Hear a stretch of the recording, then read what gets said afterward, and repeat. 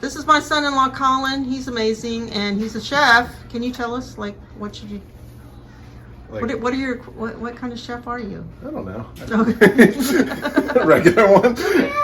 So he has a lot of experience in restaurant cooking, and he is going to make, what are you making for us We today? do cast iron pizza. I'm not a pizza chef. That's one thing I'm not. But I know about cast iron, so I'm gonna try my best. Now, we would love to have this over fire, but it's like a heat index of over 100 today, so we're not building any fires. Yeah, so we're gonna do it in the cast irons. I have 3 different ones here. This is just what we have. One that's shorter and wider. This one's got a deeper lip. And this one is just kind of a standard lodge. I guess we'll talk about taking care of them. So how do you take care of them? So these are all, this one is cast steel. This one, and then these 2 are cast iron. Oh, wow. I didn't know there's a difference. They are seasoned by, it's carbon that, so when you heat up oil to a certain, once you go past the smoke point, one of the reasons why it starts to taste bitter is the oil starts to turn into a polymer that is a non-stick coating. So it's kind of the early non-stick. So that's when you're seasoning them, you add the fat in there, and it adds that nice non-stick, which is really good for making pizza. So we've got the oven at 500, and I'm gonna put them in here just to start heating up, so that when we throw them in there, we can develop a little crust on them, and then throw them in and cook them, and they'll probably be funny shapes because I'm not very good at shaping pizza dough, but it'll taste good and it'll be fun. But yeah. Already have the pizza dough. I do have to give a shout out to Pioneer Woman recipe from her very first cookbook. I use it all the time, so it's already ready. For your recipe, did it say what size pizza these are? No, she puts them just on cookie sheets, but I usually use like 2 round pizza stones, and it's a kind of a thin crust. Okay, perfect. So I can cut these in half. Yes, you certainly can. And I've actually done 2 of the cake size, or like half sheet cake, whatever. Okay, what are you doing now? Gonna cut the dough and then start shaping it. So this is, again, I'm not a pizza cook, so this is just kind of how I like to do it, but other people probably do it a better and different way. But I'm just gonna take these, shape them up into a ball, lightly floured hands.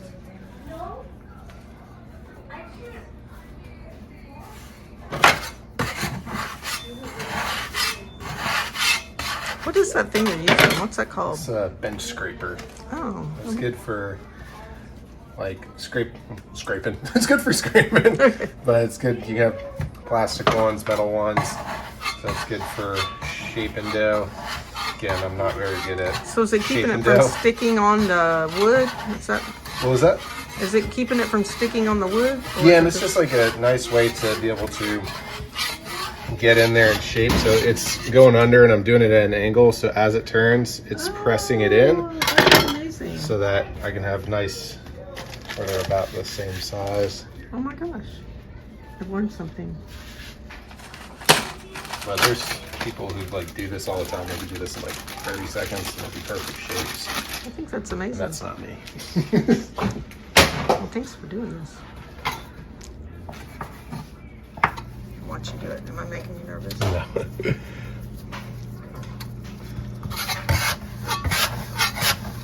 So that's one of the fun parts about cooking. You can be good at stuff, you can be bad at stuff, but it doesn't really matter as long as you like what you're making. Pretty cool. Yeah, we have disclaimer. We've got dogs, so we've got almost 4-year-old who's sick. Alrighty. We're having a great family visit here. So now I'm just gonna take these and flatten them out. Take a little olive oil.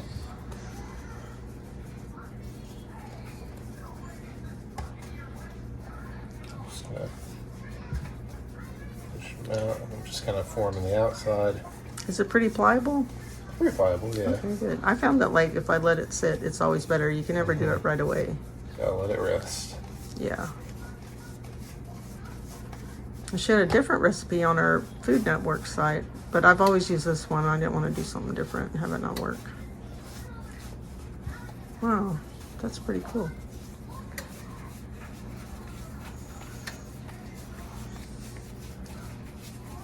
just kind of pulling it and turning it. Try not to rip it. And the weight of the outer crust, or not crust, but what's going to be the crust, is weighing it down on the bottom while I pull it. So it's kind of, but it's also super uneven, but that's all right. That means you know that it's good. Because the kind that are perfectly even are the kind that were made in a factory. Or by someone who really knows what they're doing. Oh, well, maybe.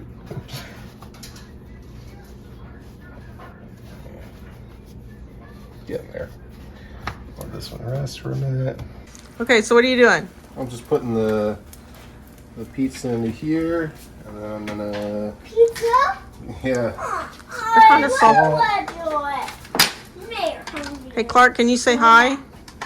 Can you say hi?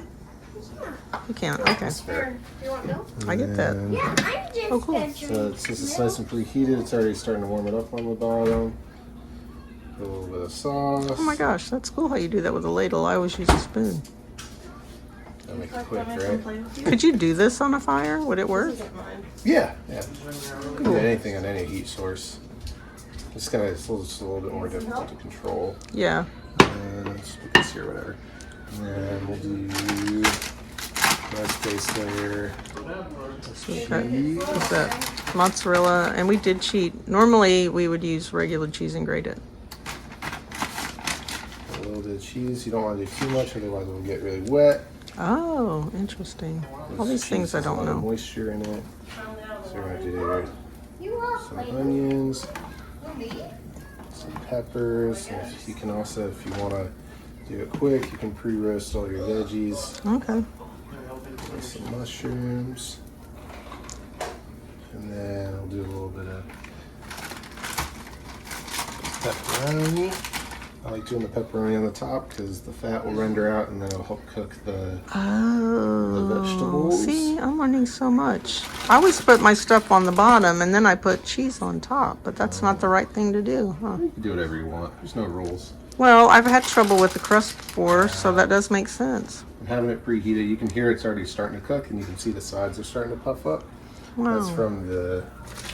And then That's you can so cool. put a little bit of bacon on it, so we're going crazy. I'm just going to crumble it up over the top.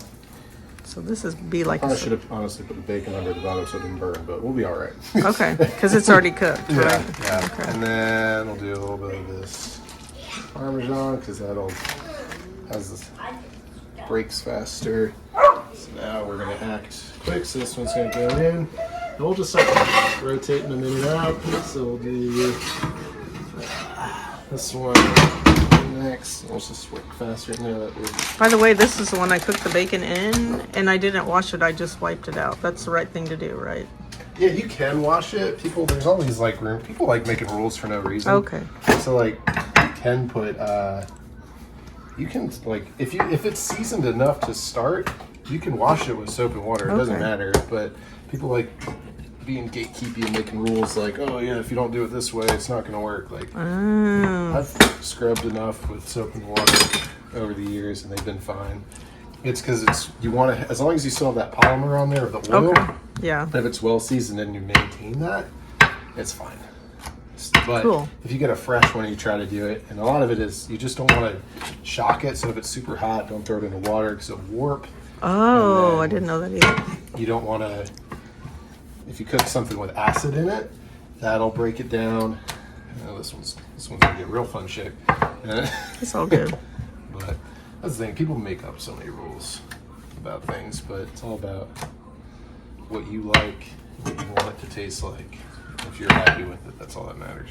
So do you use a special kind of oil if I you're just like? have a little bit of olive oil on Okay. there. You can do canola. It's just this one has a little bit of flavor, but and since we're not like cooking with it, it's fine Okay. because of the smoke point. Yeah, It just kind 'cause- of helps make it a little bit more pliable. Okay. There you go. Okay. So we're on pizza number 2. Pizza number 2. This one, I'm gonna put the bacon on the bottom. Okay. I'll try that so it doesn't cook too much. Usually you'd want to use different hands, but whatever. we're just getting in there. We're family. Yeah. A little bit of cheese. We've been together for the last few days hanging out. Go. onions, peppers.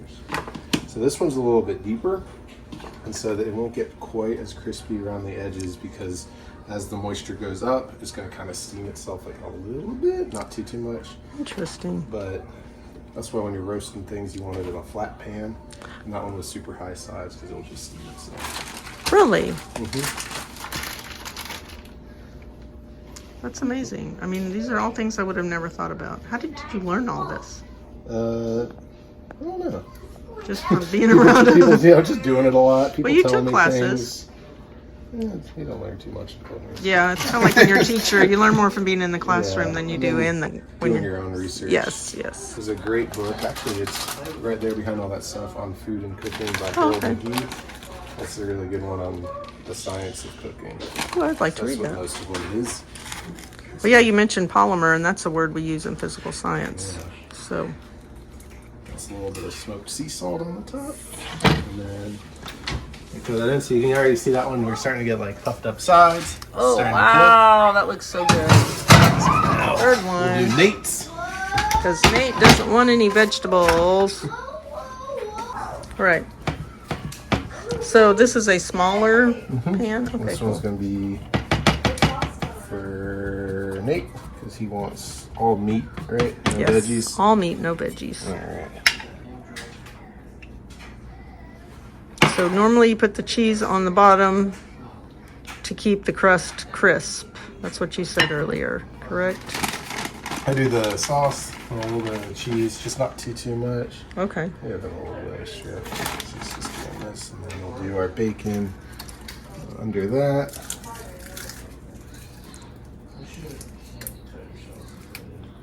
Under there.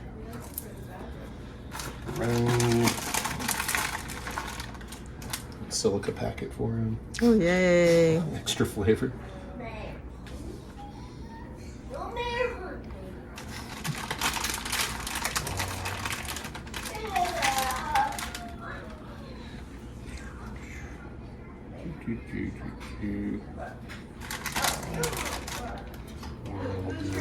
Parmesan on the top. See, and I always try to make it all perfect, but I think I like how that looks. It's perfect. Nobody's got time for it's perfect, right? It's amazing. It looks so good. So we've got parm on the top. Yeah. Some cheesy crust. Make it a little fancy for Nate. Yeah, and I like how you put salt on the top too. Yeah, just a little bit, just like a little bit. And this is Do you buy smoked? sometimes Sea salt, or- it lasts forever. I So you think didn't I've had smoke for it like a yourself? year. No. Okay. You can do that, but I didn't. So about how long will it take for these to be done? At this temperature and opening the door, probably like 6-7 minutes. Oh gosh, that's pretty awesome. Get a. This is on a cookie sheet already. Is that what you're looking for? What was that? Oh, no, I'm for taking them out. Yeah, I wouldn't do that. All right, we're good. So this one is done. Can you tell me why you put it on this rack? You did already, but So I it's wasn't got filming. airflow under it, so it doesn't get too soggy on the bottom, because it'll steam itself. So cool. This looks amazing. This one's gonna be our little extra guy. Okay, so we have pizza, but we ran out of sauce. So what are you gonna do? Just to put tomatoes on. Mmm. With a sharp knife. Yeah.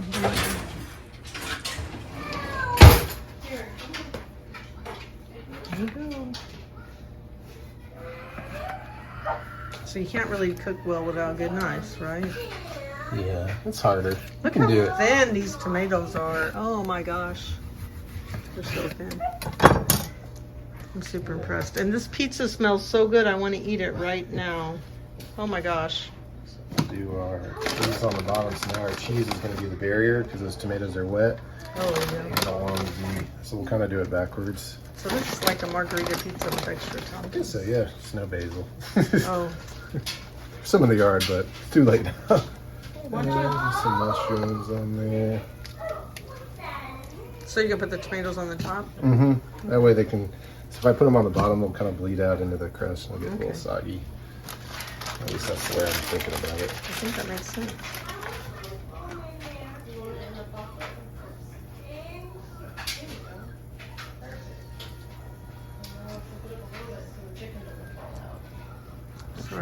pizza, mostly on the pizza, not the Everything. Nice misshapen. it looks perfect. Tell the young girl teachers at school that you're a bad boy. What? Please don't do that.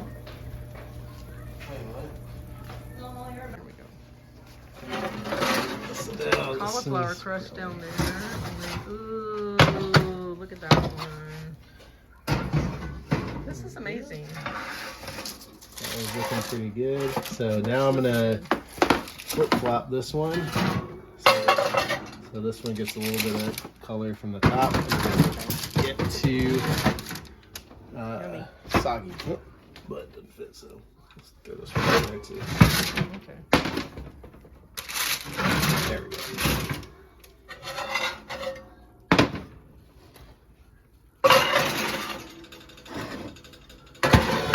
There we go. Hey, thanks so much for watching this episode of Our American Travel, where we cooked pizza in a cast iron skillet with Colin. And just to show you that anyone can do it, I did it myself in our restored cast iron skillet that was my grandmother's. And we had others. We had our own little personal pan, and it was delicious. This was left over. So, as always, we appreciate you watching our videos. And if you could take the time to like and subscribe and hit the notification bell, ding, we would appreciate it so much. And remember, it's all about the journey to infinity. My husband's out there and beyond. Woo!